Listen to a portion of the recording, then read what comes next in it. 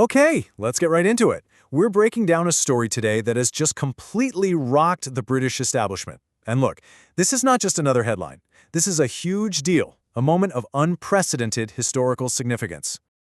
It's a stark, simple fact. A senior member of the British royal family is under arrest.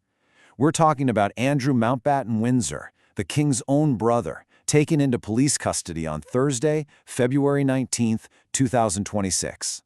I mean, just think about that for a second.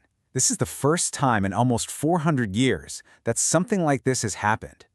It raises all these massive questions, right? About power, privilege, and the rule of law. So the big question on everyone's mind is, how on earth did we get here? All right, first things first. To really get a handle on the gravity of this, let's just lay out the basic, immediate facts of the arrest itself. So who are we talking about here? The man at the center of this storm is, of course, Andrew Mountbatten Windsor, the younger brother of King Charles III. And the timing? Wow, it's almost unbelievable. The arrest went down in the early morning. And get this, it was on his 66th birthday. And where did this all happen? Well, that adds another layer to the story.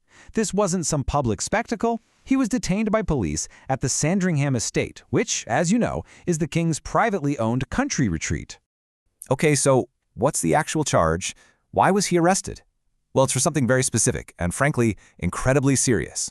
He was arrested on suspicion of misconduct in public office. So what does that actually mean? In plain English, it's when someone in a position of public trust seriously and deliberately abuses their power. And this is no slap on the wrist. A conviction could carry a sentence of up to life in prison. Now, this whole thing didn't just pop up out of the blue. The investigation really goes back to his time as the UK's trade envoy from 2001 to 2011. The allegations, which really gained steam after the Epstein files were released, claim that he was sharing sensitive government information, things like confidential reports and even Treasury briefings, with personal contacts, including the disgraced financier Jeffrey Epstein. So as you can imagine, the official reactions started rolling in pretty fast. And they were remarkably blunt. It seems like the monarchy is drawing a very clear line in the sand here. King Charles himself put out a personal statement. He said he learned the news with the deepest concern, but he offered zero defense for his brother. Instead, he made it crystal clear. The law must take its course.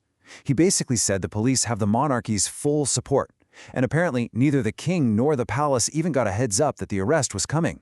And then you have a completely different kind of reaction. The family of Virginia Giuffre, one of Epstein's victims who passed away in 2025, released this statement that was just incredibly personal. It's a powerful message that really captures that long fight for accountability.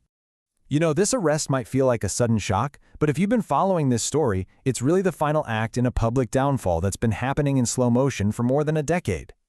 Let's just walk through the timeline because it puts everything in perspective. It all really starts back in 2011, when he steps down as trade envoy over his friendship with Epstein. Then you fast forward to that infamous 2019 TV interview, just a total train wreck that forced him out of public life. In 2022, he settles that damaging civil suit in the US. Then, just last year in 2025, his own brother, the king, strips him of his royal titles.